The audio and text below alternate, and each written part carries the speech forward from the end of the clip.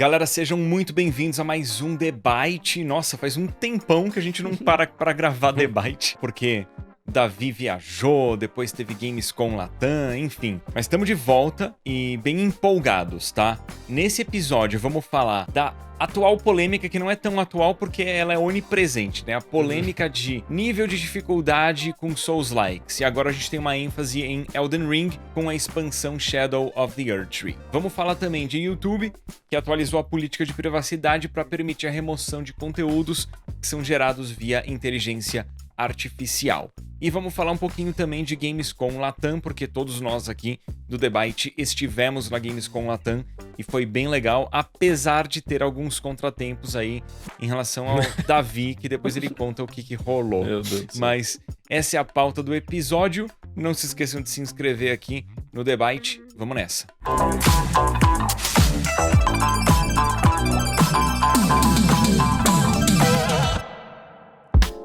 É isso aí, estamos de volta com o The Byte e vamos começar falando de Elden Ring.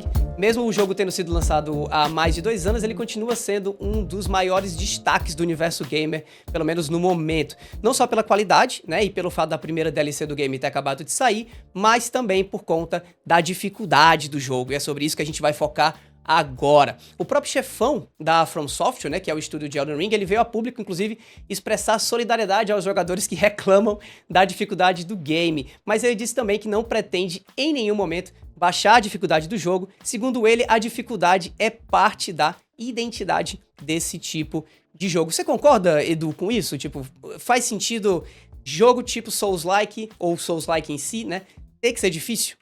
Sim, pra mim é um dos fundamentos do jogo, né? Ser um jogo difícil, ser um jogo que envolve repetição, em que você tenta descobrir, né, pontos fracos, aberturas dos adversários. São games que, no geral, tem aquela dificuldade também de você entender a história, você tem que prestar atenção no ambiente, ler descrição de itens, né? O estilo de combate sempre tem pontos diversos em comum dentre os Souls-likes, né? Tipo, esquiva, a forma como defesa funciona, ataque fraco, ataque forte. Enfim, dificuldade é parte fundamental do jogo. Não tem por que você fazer um Souls-like fácil. Eu acho que aí você não vai atrair o público-alvo do Souls-like. A galera joga Souls-like justamente pelo desafio e depois pela sensação de superação quando você finalmente derrota um adversário difícil. Dá realmente uma sensação de objetivo cumprido. É bem bacana o alívio que vem depois de você derrotar um chefão complicado. Eu não vejo o menor sentido de Souls-like ficar fácil ou ter um modo de seleção de dificuldade, pra ser sincero. A gente, antes de começar a gravar, tava até conversando um pouquinho isso, né, pra poder entender melhor a pauta e organizar as coisas.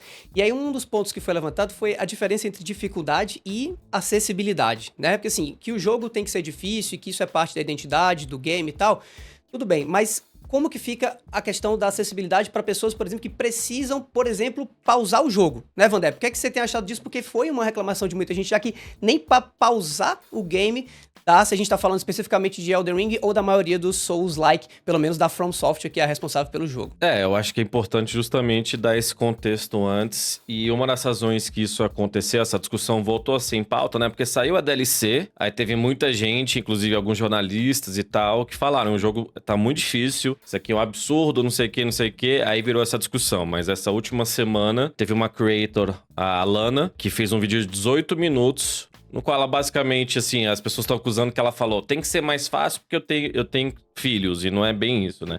A questão de acessibilidade também é que, né, às vezes, tanto ter filho ou você tem alguma coisa, assim, que você precisa pausar o jogo, o torna mais acessível. A gente entende, eu acho que vocês também, o porquê que não dá, porque aí cria aquela tensão mais alta ainda, né, de eu não consigo nem fugir daqui. Sabe quando você tava jogando um jogo quando você era moleque, aí você pausava e tipo, deixa eu respirar aqui pra concentrar. E eu acho que o jogo propositalmente, né, o Edu que tem jogado ativamente tanto a DLC e antes o próprio Elden em preparação disso, sabe muito melhor.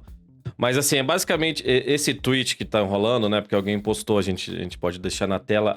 Então esse é o tipo de pessoa que acha que tudo tem que ser acessível e não sei o quê. E é bem Twitter, né? Vamos dizer assim, que esse tweet em si é só pra farmar likes e ganhar atenção em cima disso, né? Porque Foi 26 segundos num vídeo de 18 minutos que falou, cara, eu adoraria conseguir jogar esse jogo e aproveitar. E no caso dela, não é necessariamente sobre a dificuldade. É sim de poder pausar ou ter alguma alternativa pra quem tem filhos e vai ter uma emergência e não quer perder o progresso, né? Então eu acho que essa discussão é mais válida do que o jogo é difícil ou não. Eu me lembro quando saiu, por exemplo, Sekiro, né? Que uns anos atrás, falando mais de dificuldade, não necessariamente Souls-like. Muita gente ficou questionando, pô, tem que jogar esse chefão 100 vezes. O próprio Elden, né? Que a gente falou da live do Kai Cenat, que com a Malenia foi 500 vezes pra passar, e o Edu depois foi jogar também. Então é isso. O que vocês acham especificamente dessa parte de pausar, Davi? Você que ainda não comentou. Eu acho engraçado a gente ver no mercado hoje, né, de um lado, pessoas buscando preservar, buscando proteger essa santidade de Elden Ring, ou pelo menos a pureza do jogo, ou como o próprio Miyazaki diz, né, a identidade do game, e portanto justificam a não presença de um botão de pause, justificam a não presença de um modo de seleção de dificuldade, mas ao mesmo tempo você tem outros jogos que são, digamos assim, premiados, né? São reconhecidos, são elogiados por serem jogos com opções quase intermináveis de acessibilidade. Eu tava lembrando, inclusive, do The Last of Us Parte 2, né? Que é um game que, assim, dá pra você pintar os inimigos de uma cor e o seu personagem de outra cor. Dá pra você deixar o cenário inteiro do jogo cinza pra destacar ainda mais, né, os elementos visuais que importam ali dentro. Fortnite, por exemplo, é outro jogo que tem opções de acessibilidade com relação a som, né? Caso você não possa escutar os passos dos jogadores, você tem uma sinalização visual e tal. E tudo isso é muito bom, né? Eu não vejo necessariamente isso como algo ruim e eu também não acho que isso necessariamente rouba a identidade do game. Mas é verdade que uma pessoa que joga The Last of Us Parte 2 com um monte de opções de acessibilidade, pra mim joga um jogo diferente da pessoa que joga sem nenhuma opção de acessibilidade. Pode não ser muito diferente, mas ele é um tipo de jogo distinto, porque você tá mudando alguns aspectos da experiência de jogo. O que é que tu acha disso, Edu? Bom, em relação ao caso da Alanna Pierce, claramente alguém muito mal intencionado ou com pouca capacidade de compreensão que não conseguiu interpretar o que ela disse, porque ela foi claríssima na explicação dela sobre acessibilidade, sobre você ter uma questão de acessibilidade pontual, temporária ou permanente.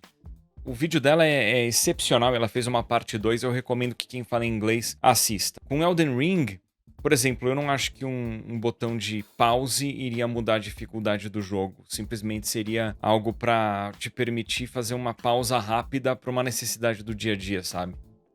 Que nem o exemplo da Alanna de você, sei lá, precisa ajudar a família, precisa parar por causa de criança, você para na hora, ou você precisa pausar o jogo porque bateram na porta, você precisa atender, tipo é o carteiro, sei lá, essas coisas acontecem. Ao mesmo tempo, é legal a tensão de você não poder pausar a qualquer hora. E eu acho que quando a gente fala de acessibilidade, não é uma questão de você mudar o fundamento do jogo. É simplesmente de você permitir quem tem dificuldade de jogar, que jogue, né? Que a pessoa consiga jogar. A pessoa, por exemplo, nunca vi ninguém reclamando de opção de acessibilidade para daltonismo. Você adapta as cores do jogo para quem não enxerga a cor direito. Isso que eu tava falando agora de The Last of Us, inclusive, Não tem problema nenhum. A questão de modo fácil, modo história, eu não vejo problema nenhum num game que tem ênfase em narrativa. No caso de Elden Ring ou de um Souls-like, né, um jogo da From Software, do Team Ninja, uma questão de dificuldade, eu acho que, tipo, o modo fácil quebra o jogo mesmo, porque é do fundamento do jogo você superar os desafios. É o que o Miyazaki falou, é da essência, né? Da identidade do game, né? Até tem modo de dificuldade naquele Stranger of Paradise Final Fantasy do Team Ninja, mas é o tipo de jogo que pra mim é mais interessante jogar no modo mais difícil, porque ele foi feito pra ser um desafio, pelo menos pra minha experiência pessoal. Quem não gosta de jogo difícil não vai e joga, não compra o Elden Ring. Não joga. Mas é da essência dele. Não tem por que você querer jogar o jogo no modo fácil, porque aí você vai perder justamente o apelo do game. E eu acho que muita gente reclama da dificuldade porque tá se limitando na forma como jogar o jogo. Mas você tem achado muito difícil mesmo, Edu, você na sua idade mais avançada, nossa idade mais avançada aqui. Não, porque eu jogava COD com 24... É que eu jogava Que COD isso, com de 24, graça. 25 anos e eu destruía, cara. Hoje em dia eu vou jogar COD, beleza, tem uns moleques de 12 anos lá, mas assim, os reflexos... Eu brincava que tinha reflexo adolescental, né? De adolescente quando você é novo. Então, cara, assim, eu não sei, eu não consigo, às vezes, com a mesma precisão e mesma velocidade, assim, ter as reações. Isso acontece, tem 38 anos, não é que eu também tô velhaço, mas não é igual, cara, meu tempo de reação.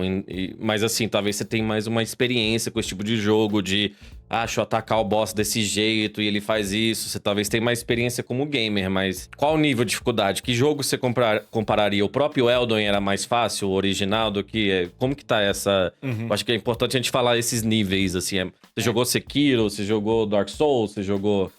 Como que tá em relação a isso? Pois é, porque eu comecei lá no Demon Souls no Play 3, depois eu fui pra Dark Souls 1 e 2, Bloodborne, Dark Souls 3, Sekiro, Elden Ring, jogo base, agora a expansão do Elden Ring. Nesse meio tempo eu zerei Nioh 1 e 2, incluindo DLCs do Nioh 2. Pô, eu adoro o gênero, né? O Punch-Out eu joguei muito também, que tem muita semelhança com os Souls-likes, pela dificuldade, tempo de reação. Eu não sinto que meu tempo de reação hoje em dia mudou em relação a quando eu era mais novo, pra ser sincero. Eu acho que hoje em dia eu tenho até mais facilidade nesses jogos, acho que pela experiência, porque eu já vivi tantas vezes esse tipo de jogo, que quando aparece um personagem novo, um inimigo novo, um chefe novo, eu acho que eu tenho uma bagagem pra ter uma leitura do que ele tá fazendo, mas prever o que ele vai fazer do que antes tentar adivinhar e não conseguir, né? E aí, em termos de dificuldade, eu achei que a expansão do Elden Ring tá em linha com o jogo base, talvez até mais fácil em certos aspectos, desde que você jogue aquilo como os desenvolvedores pensaram que as pessoas iriam jogar, que não é você entrar no jogo e partir pro boss, é você entrar no jogo, explorar com calma, conseguir upgrades, melhorar o seu personagem, melhorar o seu equipamento, melhorar a sua arma. Uma coisa que eu noto que a comunidade de Souls-like faz muito é montar build, que a build, assim, ela é perfeita pra você usar uma arma. Você fugiu daquela uma arma ou daquele tipo de arma, a build já não funciona mais. Enquanto que, por exemplo, o que eu tô fazendo é um personagem super versátil, é um Coringa que consegue usar de tudo. Ele não é especializado em nada. Eu coloquei um monte de stats nele que, no geral, não faz sentido pras armas que eu tô usando, mas aquilo me permite usar uma variedade enorme de armas. E nisso, usando armas só da expansão e variando a arma, eu tô avançando. Eu tive dificuldade mesmo com 2 chefes, os 2 primeiros. De resto, tá fluindo bem. Teve chefe que me travou 40 minutos, 1 hora, mas teve chefe que eu me encontrei com um escudo magnífico ali, que inclusive foi nerfado, e mesmo com ele nerfado eu continuo indo bem com ele, que eu matei chefe de primeira, de segunda, assim, sabe? Eu acho que um problema é que a comunidade, então, se restringe demais pra usar uma arma só. Tem que ser sangramento, bota o arcano no máximo. Ou, eu vou de destreza, só vou usar rolamento, não vou usar escudo, não vou defender. Tipo, os caras se colocam essas dificuldades, e mais do que isso, o game te dá a oportunidade de usar invocação de NPCs que vão te ajudar. Então, dentre você se limitar a usar só um tipo de arma ou um tipo de build, você se limitar a não usar invocação de NPC, não usar invocação de fantasma, óbvio que a dificuldade vai aumentar drasticamente. E tem quem goste do desafio, eu particularmente tenho usado muito pouco invocação de fantasma, não tô usando invocação de NPC, mas eu tô usando tudo que é arma diferente. E a galera às vezes não entende alguns conceitos do jogo, e isso pra mim é falha da From Software também. Porque a pessoa vai ver como que a classe pode ser montada, ela não sabe o que cada atributo faz. Eu vou dar um exemplo. Assim que eu descobri que iam ter escudos, que são armas, é um escudo de ataque, falei, mano, eu quero muito usar isso, porque eu uso escudo desde o Demon Souls. Mas eu sei que, por exemplo, com um escudo, existe uma estatística que ela te mostra quanto que, ao defender, você toma de dano de estamina. Você consegue ver, tipo, físico, 100% de bloqueio de dano físico. O cara te deu um dano físico, você não toma dano nenhum, você tá defendendo. Tem o dano ali de relâmpago, 50%. Então, se você tomar 100 de dano de relâmpago, defendeu, passa 50. Da mesma forma, tem uma estatística que mostra quanto que você vai tomar de dano na estamina. Você tá defendendo, tomou o ataque, cai estamina. Então, se você upa o teu escudo, você defende, quando você toma um dano, você perde menos estamina. Existe uma barreira, que é um especial que você usa, que aumenta a tua capacidade de defender. Então, você tá defendendo, tomou o dano, você não toma dano de estamina. E nisso tudo, que eu vi? Putz, com esse escudo que eu gosto, eu posso defender com ele e ao mesmo tempo atacar. Então eu chego no chefe, o chefe vem me atacar, eu puxo o escudo e começo a atacar. Então ao mesmo tempo eu tô defendendo e atacando, porque é um escudo de ataque. Eu dou o buff antes. Cara, eu consigo, enquanto o chefe tá me atacando, eu tô atacando de volta, ele toma um monte de dano e as pessoas falam que tá quebrado. Mas não tá quebrado, já nerfaram o negócio. E ainda assim ele segue forte, mas é por quê? Porque eu entendo a dinâmica do jogo. Eu não culpo a galera que não entende, porque o jogo podia ser melhor explicado. Mas ao mesmo tempo, dá pra você ler a respeito de como que funcionam as estatísticas do game. Mas aí deixa eu perguntar uma coisa. Eu tenho notado também que, ao passo que Elden Ring vem se tornando cada vez mais um jogo popular, tipos diferentes de jogador vêm jogando o game, né? Então talvez você mencionou muito, Edu, você bateu muito nessa tecla da comunidade. E eu acho que a comunidade de Elden Ring, em comparação com as de outros jogos Souls-like, ela é muito maior, né? E eu acho que por conta disso ela acaba atraindo pessoas que, não sei, talvez não tenham a mesma capacidade de se ligar nos sistemas do jogo ou de trabalhar com esse nível de complexidade que a Elden Ring tá trazendo e que já é tradicional da série, né? Mas que, no caso, agora por terem jogadores novos, que estão meio que assim no hype do game, o próprio Kai Cenat é um exemplo disso, né? Acho que a gente até tinha mencionado que o Kai Cenat não é de jogar esse tipo de jogo. Mas como o jogo tá no hype, né? Ele pegou pra jogar, mas jogou de qualquer jeito e aí tá sofrendo muito mais do que um jogador que conhece o jogo sofreria, né? Além de que ele quer fazer conteúdo. Mas a expansão, pra você acessar a expansão, você tem que derrotar 2 chefes muito difíceis. O Radan, que dá um trabalhão, e o Mog, que também dá um trabalhão. O jogo base é difícil, e a expansão, pra você acessá-la, você precisa enfrentar 2 chefes tem isso muito complicados. Então não é possível que o cara entrou na expansão sem saber o que esperar. Porque a expansão, beleza, tem gente que fala, os chefes da expansão, eles atacam muito, com muita intensidade, sequências longas, não dá abertura pra atacar ou curar. Mas dá, cara, é que tem que ter mais paciência, tem que ter uma leitura da situação. E, novamente, as pessoas se limitam, se restringem demais a sangramento. Não vou usar invocações. Sim, isso deixa o jogo mais difícil. É uma opção sua, você não é obrigado a fazer isso. E você, em vez de passar 7 horas travado num chefe, que tal você jogar por 20 minutos, meia hora aquele chefe, viu que tá difícil, melhora tuas armas, leia a respeito de como funciona cada estatística do jogo, sei lá, às vezes nessas 7 horas que você ficou travado no jogo, você podia passar 7 horas fazendo outras coisas e melhorando como jogador, expandindo seu conhecimento. Eu vejo muita gente experimentando arma nova sem upar a arma. Mas se você jogou direito o jogo base, você liberaria a capacidade de você comprar as pedras de forja que são necessárias pra você upar equipamento e arma. Eu acho que é um jogo muito... que era meio nichado, que tinha sido muito popular quando lançou, mas o Souls no geral porque tem as pessoas têm medo dessa barreira de entrada. Eu acho que o Kai Cenat, inclusive, trouxe... As pessoas falam de influência, assim, eu acho que ele trouxe um destaque muito grande pra um jogo pré-DLC que já tava super hypado, mas pra outro público que com certeza tá testando. O próprio Kai Cenat foi bem legal e falou o nome de... em live, né, para as 300 mil pessoas dele, tipo, todos os creators que fazem especificamente Elden Ring, assim, o pessoal que tá lá desde o começo, e eu acho que isso teve um impacto grande, e aí, beleza, eu entendo, eu queria até mudar um pouco a discussão das especificidades do Elden Ring um pouco, pra justamente ter algo que o Davi falou de a gente ter as mesmas experiências ou não, né, tem um jogo que é infinitamente mais fácil, não é nem um pouco difícil que vai sair, que a gente sempre fala que é o GTA 6. E a gente conversou sobre isso, aliás, no Flow, né? Que a gente vai falar depois de como foi, dessas diferenças, né? Eu gosto que o GTA, sendo um negócio tão gigantesco, todo mundo vai ter a mesma história, basicamente. Todo mundo vai fazer... Claro que tem as missões, né? As side missions que vai fazer. Às vezes você explora um lado do mapa que outro não. No Red Dead também tem isso. E, né, até mundo aberto vai ser inatamente assim, né? Mas a gente também falou do God of War, cara, que eu fui jogar e eu tava começando a cansar, não dos bosses, eu gosto dos puzzles, mas não aqueles... Aí você entra, chega numa área e aparece 10, pshum, aí você tem que ficar jogando os negócios. Tipo, não, cara, eu tô jogando na minha TV, esse jogo é tão bonito, entendeu? Tipo, e beleza, aí pode me chamar de velho chato mesmo, assim, mas tem você entra em cada planeta, mundo lá, universo diferente, maravilhoso, eu queria jogar num ritmo mais lento, eu não queria uma dificuldade gigantesca, sabe? Eu acho que eu tenho direito nisso e eu acho que as pessoas aceitam que vai ser assim mesmo, né? Isso eu sei, eu não tô falando que tem criticando, mas eu acho que existe algo realmente pra todo mundo ter a mesma experiência. E com certeza Souls tem que ser difícil, senão vira outra coisa, cara. Vira outra coisa, enfim.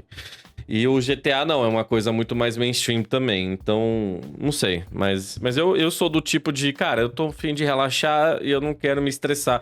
Eu trabalho muito, cara. Então tem vezes. O Mario Wonder, né? Pra platinar esse negócio. Não é um jogo tão difícil assim, mas pra fazer 100% é. E minha mulher às vezes, cara, você não vai querer jogar hoje? Eu falei, não, eu tô cansado, tô com dor de cabeça, cara. Porque senão eu vou ter que levantar e concentrar nas paradas. Às vezes eu não quero fazer isso. Às vezes eu quero ficar deitado na minha cama e jogar um negócio, entendeu? Não sei, eu acho que não é muito esse tipo de Exato, jogo, não vai ser relaxante. Então vai ter que ser assim mesmo, entendeu? Mas você falou do God of War. O God of War, pra mim, é um jogo que tem todo sentido ele ter um modo fácil, um modo história, porque a ênfase do game é a história. Então o cara que, chegou no fim do dia, tipo, trabalhou o dia inteiro, tá cansado, quer relaxar a mente, não quer ficar... Não tem nem como se concentrar porque tô com a mente cansada. Sim. Tipo, joga no modo história e curte o jogo, né?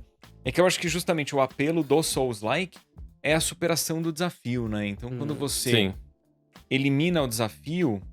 Eu não sei, eu acho que até seria uma tentação a mais pra um cara que quer jogar o jogo difícil e ele vai se sentir, putz, será que eu ponho no easy aqui só pra passar dessa batalha? A gente, de novo, sobre o Kai Cenat só rapidinho, eu acho que a graça daquelas lives era porque era tão difícil. E ele também não tava concentrando em builds, então ele foi pra vários bosses quase limpo, assim. Por isso que foi também tão difícil pra ele. Ele não pesquisou essa parte. Mas se fosse um jogo mais fácil, eu acho que não teria gerado tanto interesse. As pessoas queriam vê-lo sofrer. Né, nesse sentido, então... Por isso que eu acho que tem jogo que vale a pena você indicar a pessoa, não jogar necessariamente, mas assistir. Eu, por exemplo, adoro assistir pessoas jogando Elden Ring e outros Souls-like, até porque eu não tenho necessariamente o tempo e, dependendo do jogo especificamente, eu não sei se eu tenho a habilidade. Tanto que, nessa última viagem que eu fiz agora, durante essa pausa do debate, eu trouxe pra casa isso aqui, ó. Isso aqui é um guia feito pelo pessoal da Future Press, né, que é uma empresa que faz uns guias, uns detonados bem legais sobre Elden Ring, não necessariamente para tornar a experiência mais fácil, até porque não é o objetivo, apesar de que dá, porque tem mapa aqui dentro, tem, tipo assim, guia de como você derrota o chefe e tal, mas é porque eu sou tão apaixonado pelo lore de Elden Ring, eu acho o lore tão legal, e eu dei uma lida e eu vi que dentro desse guia tem mais informações a respeito dos personagens, para além do que você encontra jogando o game, né? Então, assim, eu sinto... Elden Ring, pra mim, é meio que uma encruzilhada, porque não só é um jogo que eu gostaria de jogar, mas que talvez eu não consiga tanto, porque ele tem um nível de dificuldade que eu não tô com tempo pra me dedicar, mas, ao mesmo tempo, ele tem uma lore, ele tem uma história fantástica, que eu não vejo a hora de virar série, eu não vejo a hora de virar filme, e enquanto isso não acontece, eu fico assistindo os conteúdos do Edu, de outros criadores, e também fico consumindo essas outras mídias, né, que são publicadas sobre o jogo, que trazem não só informações do game, mas também informações sobre a história, sobre os personagens, e por aí vai, né? Algo de Elden Ring que eu comecei a explorar mais, que eu vou dar a dica também pra quem tá com dificuldade, é que assim, basicamente todo inimigo no Elden Ring tem uma postura que pode ser quebrada, mas você consegue quebrar mais a postura com ataques carregados fortes, com ataques com salto ou com contra-ataques. Tem muita gente que fala, mas não vou defender, só que quando você defende e você segura um ataque no escudo ou na arma de duas mãos, você pode contra-atacar. Usa o contra-ataque. Tem gente que não usa contra-ataque, porque tem que defender. Imagina que eu vou defender, eu vou esquivar. Uma bobagem, né? Então assim, todo inimigo tem essa barra de postura que quando ele vai tomando golpe, a barra vai aumentando. Só que quando você não tá batendo nela, ela vai diminuindo aos poucos. Então você tem que botar pressão, né, no inimigo. É invisível. Tem que botar pressão. Você quebra a postura de geral. Só que você precisa entender esse conceito, que também não é muito bem explicado pelo jogo. Novamente, pra mim isso aí é falha da From Software. Mas você sabendo que existe barra de postura, que ataque com pulo, ataque carregado, contra-ataque, quebra, bota pressão. Você quebra a guarda de chefe, cara. Então a galera tem que abrir um pouco a mente e, para de fazer essas builds ultra específicas e começa a usar tudo que é arma diferente. Porque todo chefe tem fraqueza. Todo inimigo difícil tem as suas fraquezas. Tem inimigo que se dá super bem contra armas rápidas, mas você bota uma arma mais lenta que causa impacto, o cara cai. Mas enfim, Elden Ring é maravilhoso. Se alguém tiver algum contraponto em relação ao que eu disse, avisa aí, mas eu tô achando que a dificuldade do Shadow of the Erdtree tá em linha com o jogo base, é uma questão de você ter a mente aberta para às vezes mudar o seu estilo de jogo. Eu tive que mudar o meu estilo de jogo na Malenia, não foi fácil, mas eu mudei. E no Shadow of the Erdtree eu tô mudando o tempo inteiro e tá sendo extremamente divertido.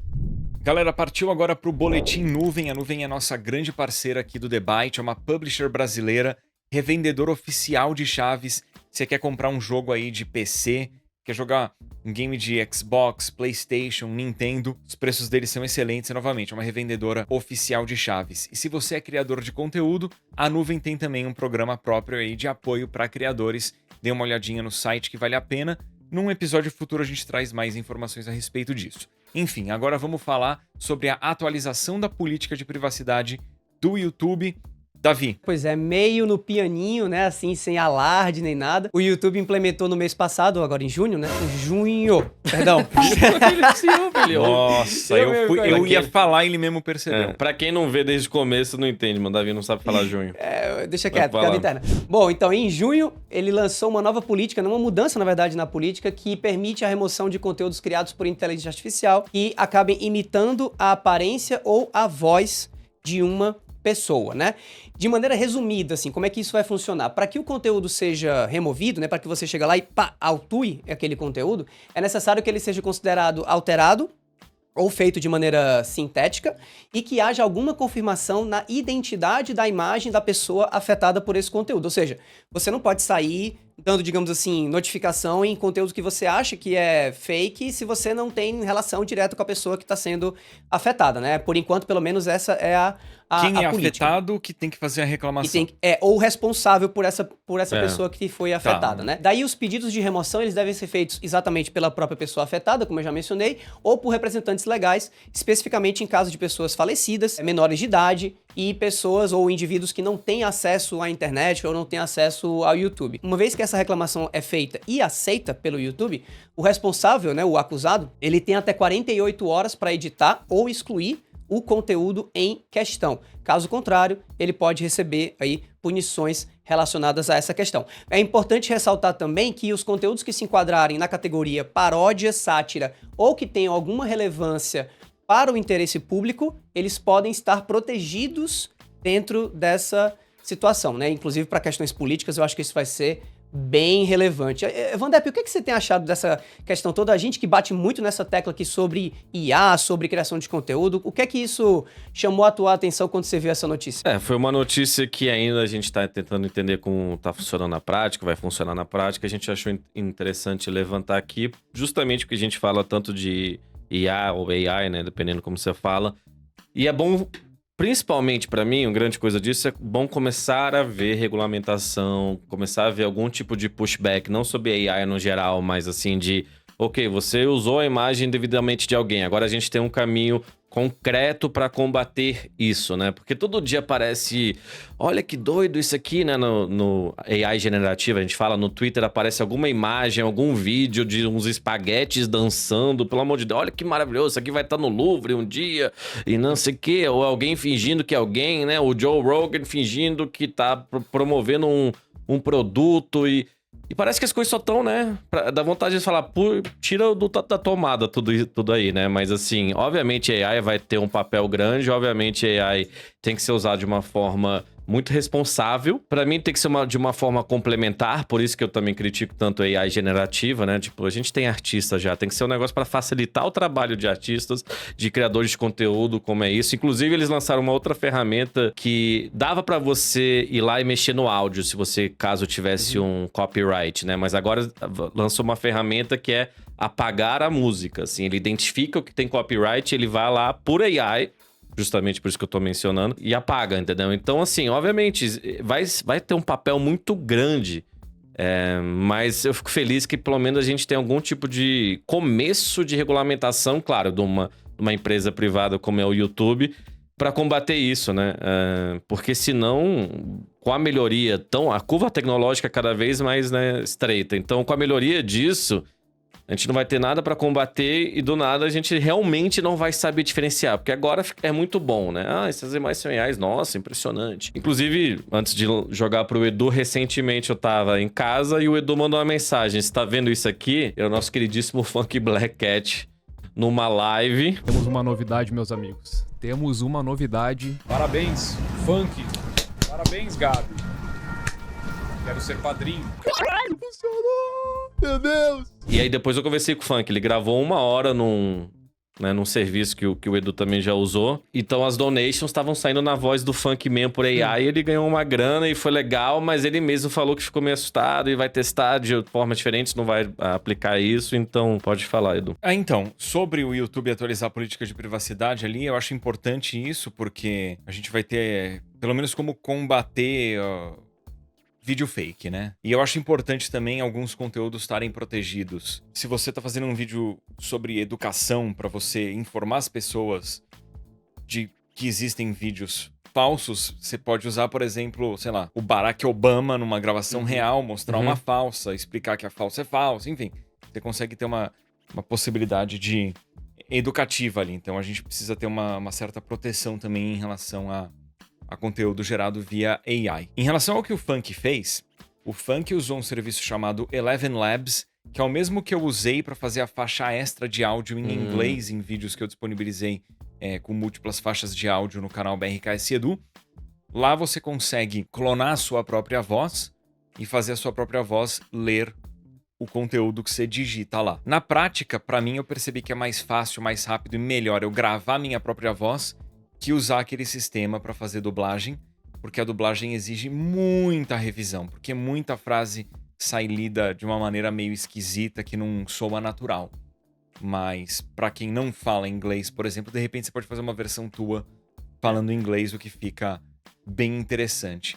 E daí o Funk, basicamente, ele fez um script dentro do Stream Elements, que é uma ferramenta que você usa para mostrar na tela de live, tipo, donate que entrou, superchat, novos membros.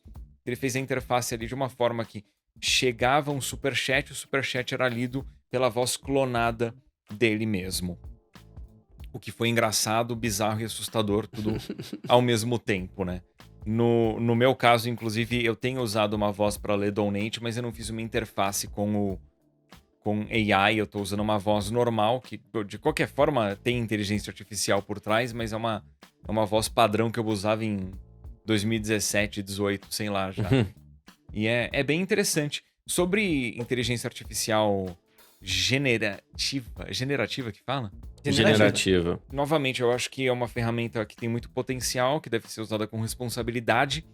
Eu tenho usado bastante nas minhas thumbnails de Elden Ring pra gerar as armaduras que eu visto, né? Por incrível que pareça, eu não tenho uma coleção de armaduras medievais em casa. Eu mesmo faço todas as minhas thumbnails. Eu jamais pegaria um serviço pra elaborar manualmente as armaduras pra mim. Isso seria completamente inviável em questão de custo e tempo, né? Então, por causa da AI, agora eu consigo ter thumbnails em que eu finjo estar vestindo uma armadura. Então dá pra usar direito o serviço sem você tirar emprego ou prejudicar quem de fato tá na indústria criativa, né? Quem acompanha a gente aqui há muito tempo no debate sabe que eu vejo com até bons olhos essa chegada de AI e de todas essas mudanças que têm acontecido por conta da entrada de AI no mercado criativo e, enfim, em vários outros mercados.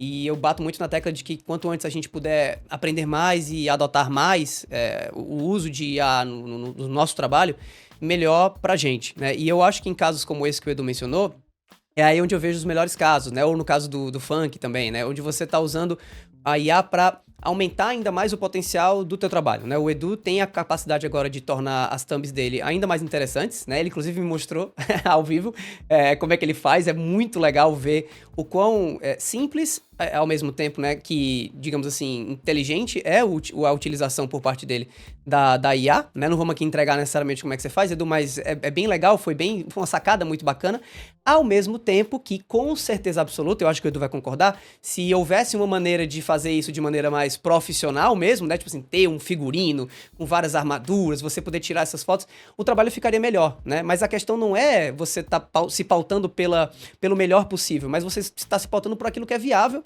e que traz uma melhoria real naquele momento ali pro teu trabalho. A mesma coisa do Funk, né? Com certeza o Funk poderia ir atrás de fazer coisas ainda mais incríveis do ponto de vista das lives dele, mas ele usa a inteligência e a curiosidade que ele tem sobre esse assunto para tornar as lives ainda mais interessantes, fazendo uso de IA. Quando eu falo sobre IA do ponto de vista positivo, é meio que sobre isso. Sobre essa história do YouTube, eu também acho que é bacana a gente, de novo, bater na tecla de que a gente precisa mais adotar mais IAs e até com mais velocidade, exatamente por conta de questões como essa que a gente viu. Assim, eu acho que o YouTube sai na frente das outras plataformas, muito em função, presumo, né, do quanto as pessoas dentro do YouTube têm se abrido para entender mais sobre esse assunto, né? Ou seja, se a gente tivesse uma posição mais de resistência, no tipo assim, não, a gente não quer saber de IA, isso aqui não existe, é capaz que hoje a gente tivesse um problema maior com o uso de IA dentro do YouTube do que a gente vai começar a ver ao longo do tempo na plataforma, já que hoje a própria equipe do YouTube, pelo menos a equipe que pensa nas políticas de privacidade, já está combatendo o uso de IA de maneira negativa. O que ficou faltando, e eu queria saber o que é que vocês acham disso, até pra gente pensar em próximos passos dessas políticas, o que é que o YouTube precisa trazer além do que ele trouxe agora.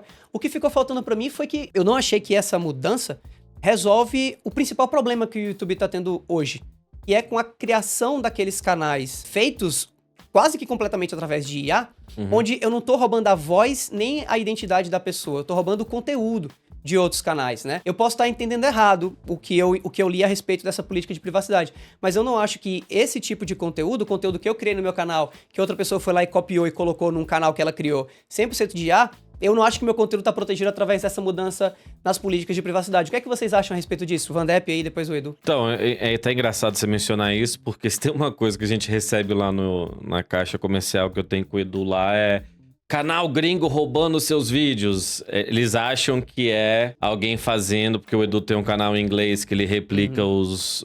Eles acham que é AI, entendeu? Eles acham que... Até porque o Edu já usou no próprio canal, pode falar. Não, isso pra mim é um aspecto que eu sempre lembro do Davi falando, que as pessoas precisam entender como funciona a AI pra poder identificar.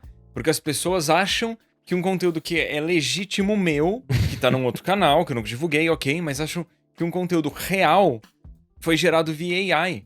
Então as pessoas não aprenderam ainda a identificar conteúdo de AI. Então por isso que é importante um uso, não só um uso pessoal, mas das pessoas consumirem conteúdo educativo de AI, né, para elas saberem identificar o que é e o que não é, né? Sim, mas assim, até que as pessoas podem... Eu entendo porque as pessoas podem confundir um pouco, porque o Edu não divulga, não tem nada do nome dele, que a gente ainda acha a parte mais interessante pra mim, pelo menos esse projeto do Edu é falar, beleza, eu tenho as ferramentas, eu tenho experiência e como que eu cresço um canal em uma outra língua do zero. Massa. E tem uns vídeos que estão indo super bem lá, né, Edu? Tem uns vídeos que estão 300 mil views, né? E varia muito, porque é 100% baseado no algoritmo, entendeu? Como que aquele primeiro vídeo dele foi oferecido pra alguma outra pessoa, né? Até porque ele até falou, nem você se inscreve no meu canal ainda.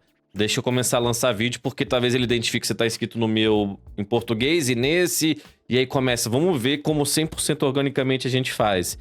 Mas, de fato, a AI não ia conseguir fazer um canal, uma trabalheira daquelas, entendeu? Então, realmente, mas você fala de a gente não conseguir identificar isso, falta informação, cara. Falta informação.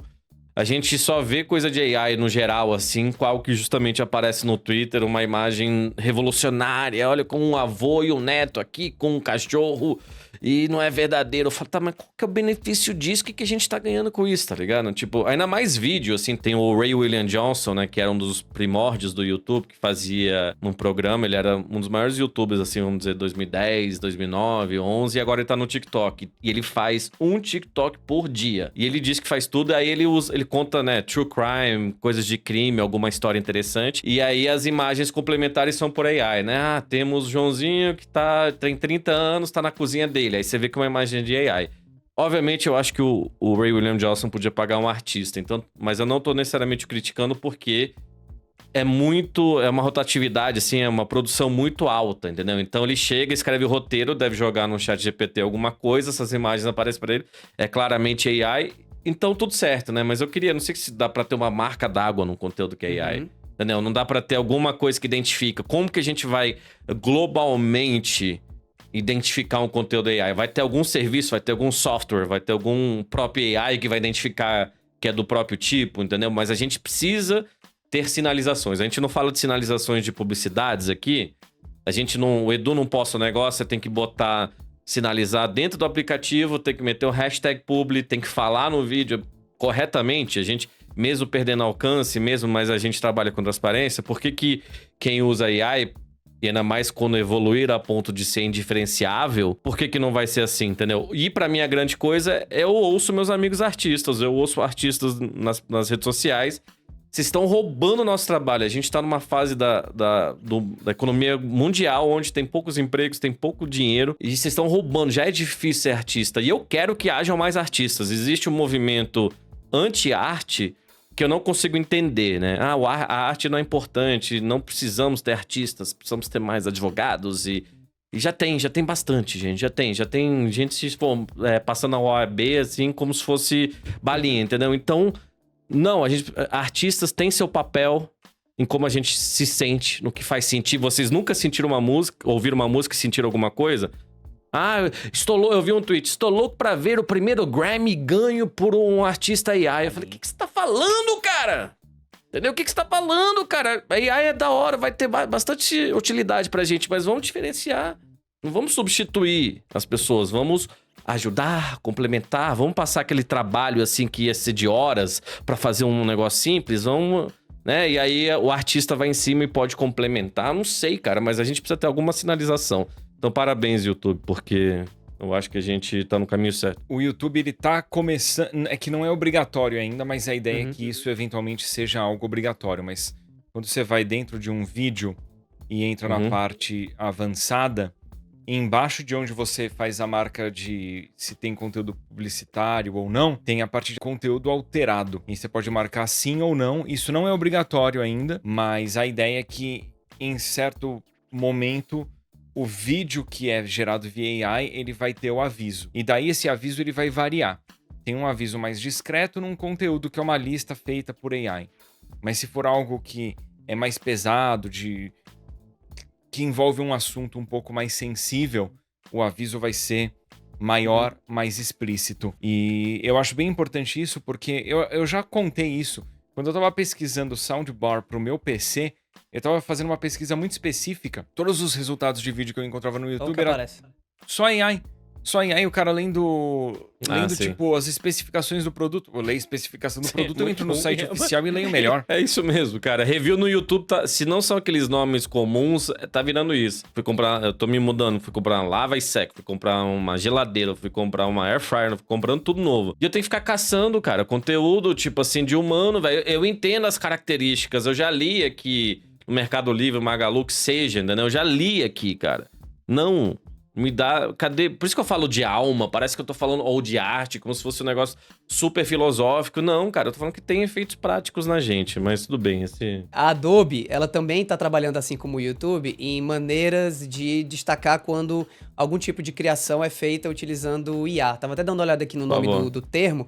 O nome é Icon of Transparency, né? Ícone de transparência é uma opção, ainda não é obrigatório, para você taguear aquilo que você tá produzindo como uma produção que utilizou IA de algum jeito. E é como o Edu falou, é o tipo de coisa que começa de maneira opcional, mas que no futuro pode avançar para se tornar algo obrigatório. E aí eu bato de novo nessa tecla, assim, é para isso que a gente tem que se informar mais, é por isso que o Vandep bateu nessa tecla também, eu concordo, a gente tem que ter mais informação a respeito de como IA acontece e como ela não acontece, até para que a gente comece a trazer esse tipo de conteúdo para nossa cultura, desenvolva uma cultura própria com relação ao uso de IA, para, eu espero, né, no futuro, a gente ter a valorização de artistas que fazem por questão pessoal mesmo, por opção, por escolha, fazem uso de conteúdos ou criam arte 100% sem a utilização de IA. Porque aqui vai ter artista digital, principalmente, que já tá usando IA agora e que diz que aquilo ali que ele faz é arte, isso não tenha dúvidas. Eu tenho alunos, inclusive, que já entraram nesse bonde, a geração Z abraçou 100%. Eu tava até mostrando uma IA que faz música, né, chamada Suno, pros meus alunos, e eles acharam a coisa mais incrível do mundo, assim, por mais que isso me doa, mas a realidade é essa. Porém, eu acho que ao passo que a gente vai criando uma cultura de uso de IA, até porque, né, vai acabar acontecendo de qualquer forma, ao mesmo tempo a gente vai começando a criar também uma cultura de valorização daqueles que não usam IA, daqueles que fazem questão de trabalhar mais, de passar um certo, digamos assim, tempo dedicado. É valorizar isso, é valorizar essas pessoas. Eu tive um papo desse hoje com o Sandro, que faz thumbnail pro David Jones e pro Alan Zoca, que eu quero tirar uma dúvida com ele, e eu que faço as minhas thumbnails, né? Então ele foi super receptivo comigo, tipo. E aí eu tava batendo um papo com ele depois, né? Da gente conversar e ele comentando comigo que as thumbs de Elden Ring do Alan é tudo manual. E eu contei pra ele que eu tô fazendo as armaduras usando IA, mas que eu sei fazer a mescla manualmente, porque as minhas thumbnails de GTA San Andreas eu tinha que pegar o frame certo do personagem, tirar uma foto minha meio que no mesmo ângulo, recortar o rosto, mesclar, trabalhar cores, textura, etc.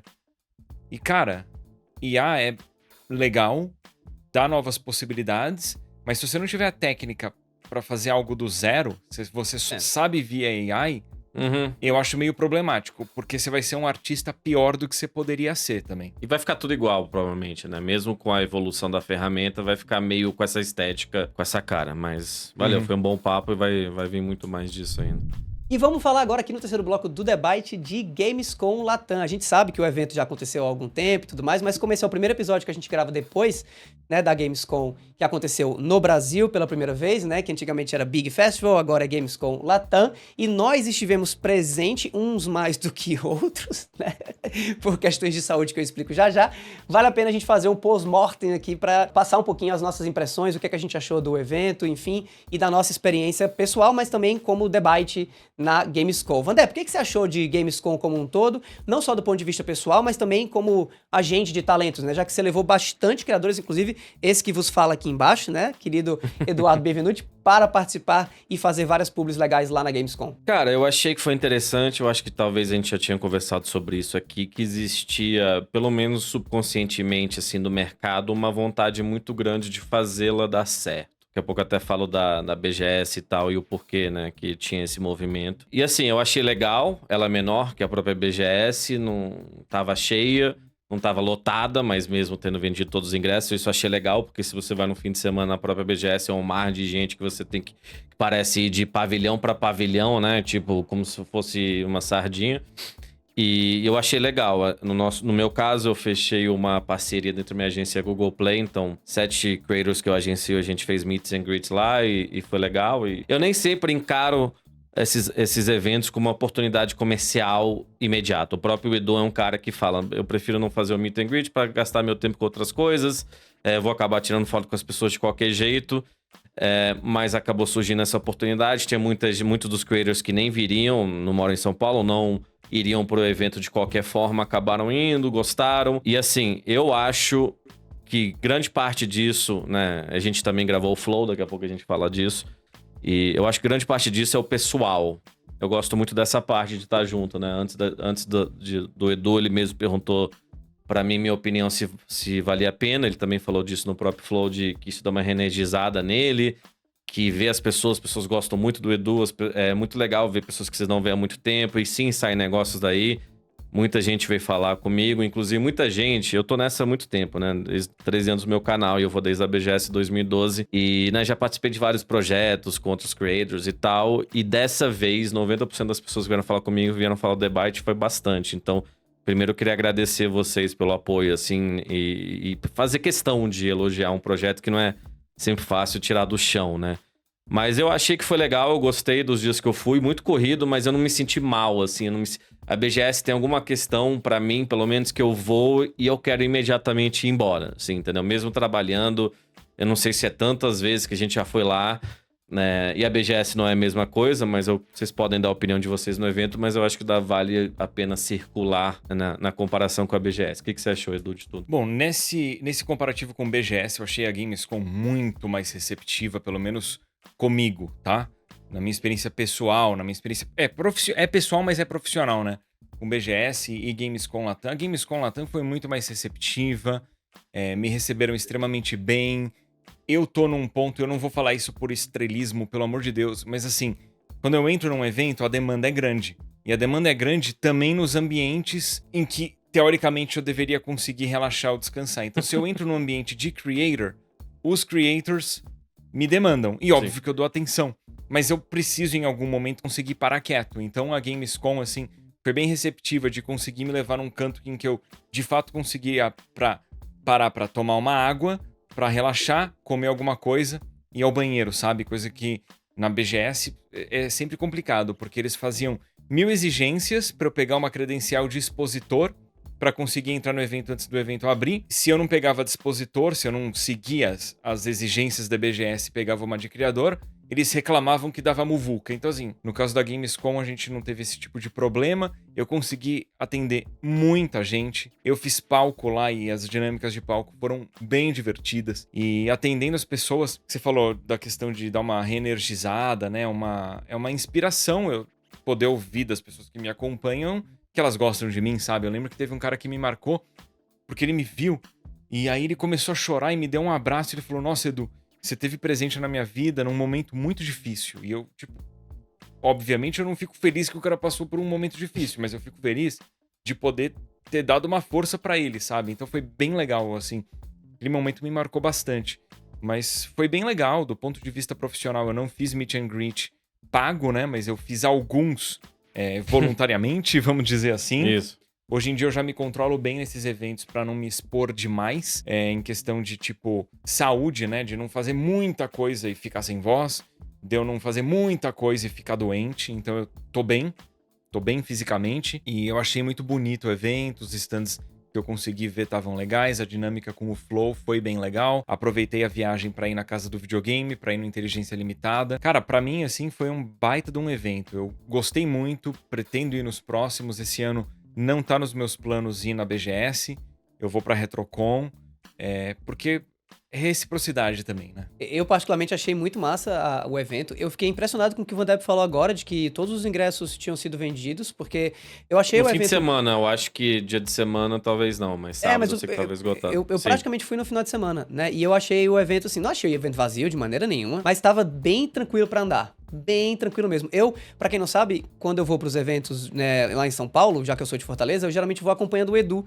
Eu vou pra filmar, né? Então é sempre um problema muito grande pra mim quando eu tô filmando em eventos lotados, porque eu não consigo, né? Basicamente eu tô aqui filmando e quando eu tô batendo nas pessoas e a câmera tá indo pra todo canto. Então, um evento que dá pra você andar, um evento com grandes corredores, com espaços assim, tranquilos, bem pensado nesse sentido, pra mim é maravilhoso. E eu pude fazer isso com muita tranquilidade, né, nos momentos que eu pude, né, porque eu fiquei doente, pra quem não sabe, passei mal pra caramba, tive uma crise de pedra nos rins, e deu mó ruim, inclusive perdi a nossa gravação com o Flow, a gente vai até comentar um pouquinho sobre isso agora, né, então por conta disso consegui ir no finzinho do sábado, e consegui também ir na tarde do domingo, e gostei muito do que eu vi lá, realmente, como o Van Depp mencionou, tava um feeling legal, né, o evento tava com um clima bacana, assim, todo mundo tava de boa, tava tranquilo, muitos jogos, o que também foi legal, eu estive no stand da Nuvem, até pra conversar com o Isaac, que é o nosso contato lá, cara que a gente gosta muito, abração aí pro Isaac, e ele tava lá o Metaphor ReFantasian, né, que é um título da Atlus, se eu não me engano, tinha sido o primeiro evento em que o game tava jogável, né, foi na Gamescom, e é muito legal ver jogos, né, novos que muitas pessoas estavam buscando jogar. Dragon Ball Sparking Zero tava lá também. Tipo, e estamos falando dos jogos de propriedades grandes, né? De publishers, porque a parte do Big Festival, que é focado em jogo independente, tinha muito jogo à disposição. Não só tinha jogo pra jogar, mas também, eu acho que o Edu pode até comentar, tiveram eventos que valorizaram, né, levantaram a bola desses jogos indie brasileiros ou internacionais. O Edu, inclusive, participou de algumas votações, né, Edu? E até de uma dinâmica de palco junto com o pessoal da Tectoy, pegando os Inix, jogando alguns jogos indie. Comentem um pouquinho como é que foi isso, achei bem legal, porque eles levantaram muito a bola de jogo indie por conta disso. Teve uma premiação de jogos indie que daí envolvia, claro, um júri, mas o prêmio final eu que entreguei, eu ainda falei, caraca, velho, eu não sabia que eu ia entregar o prêmio final, assim, que era o de votação popular, e o Astro Pig que ganhou, que é um jogo brasileiro, então foi bem legal porque os desenvolvedores estavam lá, então eu consegui entregar o prêmio pra eles ficaram super felizes, mas os outros premiados também eram jogos independentes, alguns brasileiros, outros não, porque o evento é internacional, né? Além disso, eu fiz uma dinâmica de palco em que eu fui jogando nos Inix alguns jogos independentes, brasileiros, e essa dinâmica de palco é o único ponto em que eu penso que dava pra gente ter feito alguma melhoria, porque ficou meio que muito no improviso. Eu tô acostumado a improvisar, mas foi muito no improviso e no palco, nos Inix, que é portátil, então tinha que olhar pra baixo, assim. Acho que a gente podia ter feito essa dinâmica um pouquinho melhor. Se eles me chamarem no ano que vem, eu vou passar um feedback pra ficar melhor, mas daí na hora, a Bárbara Gutierrez, que tava fazendo o palco comigo, teve uma ideia de chamar a galera do público pra gente jogar Pocket Bravery no X1. E deu super certo. E aí deu super certo. Foi muito divertido. Eu fiz palco de Elden Ring também, que fluiu super bem. É óbvio, né? Eu amo o jogo. Eu tava lá com o Hades, que também é especialista em Souls-like. Ficamos batendo papo sobre o jogo, foi animal. E aí eu fiz um palco numa área um pouco reduzida, um palco menor, não era o principal, falando do console da Gamescare, né? Que é o Netuno, o Neptune, que é um projeto aí via FPGA que é um combo de Genesis Mega Drive com 32X, que vai ter core de Master System. Enfim, é um projetinho bem legal, não vem ao caso detalhar isso, mas foi bacana. Eu acho que não dá pra subestimar também essa parte pessoal, né? Teve o jantar com a Maite e o Alan, e eles se veem, ficam conversando. A gente passou muito tempo com o nosso queridíssimo Kogu, que o Edu não tinha conhecido pessoalmente, então a gente foi na casa do videogame, nós três e o Kogu, depois sentamos pra almoçar num lugar legal. Porque justamente o Kogu chegou e falou, não, eu vou no dia de imprensa, eu nunca fui nesses eventos, e marcou pra voltar quinta de manhã. Eu falei, Kogu, você entende que... Não, primeiro, depois a gente fechou uma oportunidade comercial pra ele no dia, então teve que cancelar o voo, e depois a gente foi jantar com o Doug, que é do YouTube também, que também participou aqui do Debate. Então eu falei, cara, não subestima como a parte pessoal é legal, que fortalece a profissional, né? A gente passou bastante tempo com o Doug falando de YouTube, e o Kogu e o Edu se vendo, e o pessoal, né? Eu fiz um meet and greet com a Maite e o Max MRM.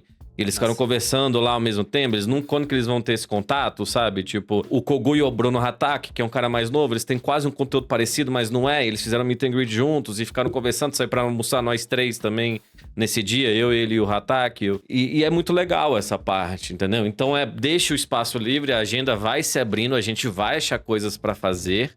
E isso traz uma reenergização de espírito também, sabe? Profissional. Porque senão fica cada um isolado, o próprio Edu tá lá no Canadá e o que dá certo, né? E só pra finalizar isso, né? Eu queria falar assim da comparação com a BGS e falar isso abertamente, ativo no mercado, como eu sou como agente, não é necessariamente fácil. Mas eu digo que a BGS deixa muito a desejar, sim. E há um tempo tem ido pelo nome, tá? Não é por acaso todo mundo cai fora. A BGS virou um evento muito mais de tecnologia e menos de games. E teve gente que fala que é de Creator, mas não é.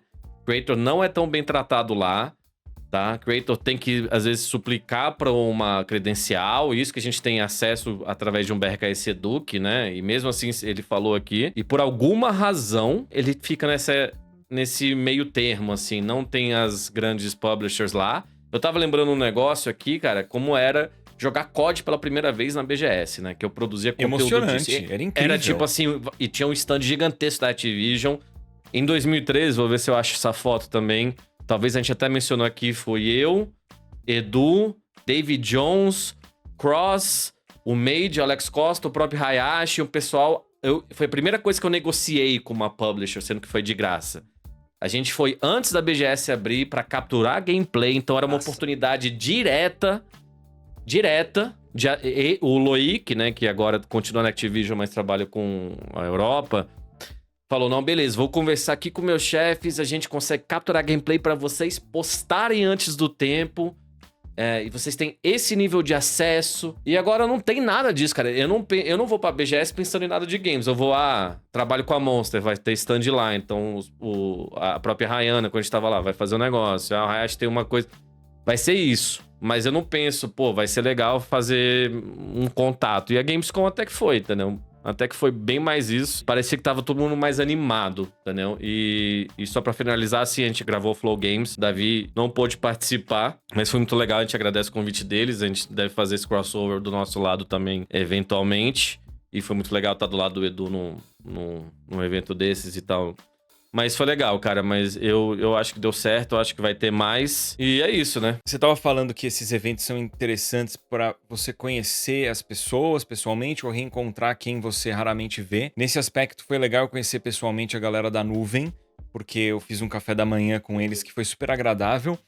E é legal porque, assim, a gente só vai continuar trabalhando com a Nuvem enquanto eles forem interessantes pra gente e a gente for interessante pra eles. Fechado. Mas no âmbito pessoal, você acaba descobrindo que, tipo, mano, a gente trabalha com games. Óbvio que a gente vai ter um monte de gosto em comum. Eu descobri que a Mari, ela é a doida dos controles.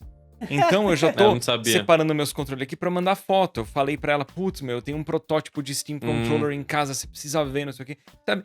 É um negócio legal, porque, tipo, você conhece gente bacana, você cria vínculos, né? Então fica a dica pra quem é criador, tá? Crie vínculos profissionais e pessoais. Essa é a dica. Sim. Segundo aspecto, eu falei isso pro Davi, eu vou falar publicamente, porque a gente falou de pedra no rim, eu já tive pedra no rim também.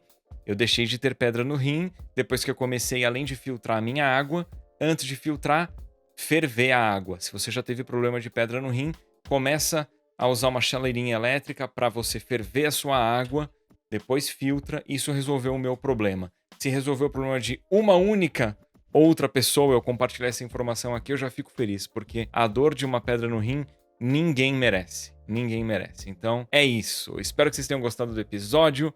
Se puderem deixar um gostei e compartilhar, a gente agradece. Quem não for inscrito, inscreva-se. Sigam-nos nas redes sociais, deem uma moral pra nuvem. Tamo junto, galera. Valeu!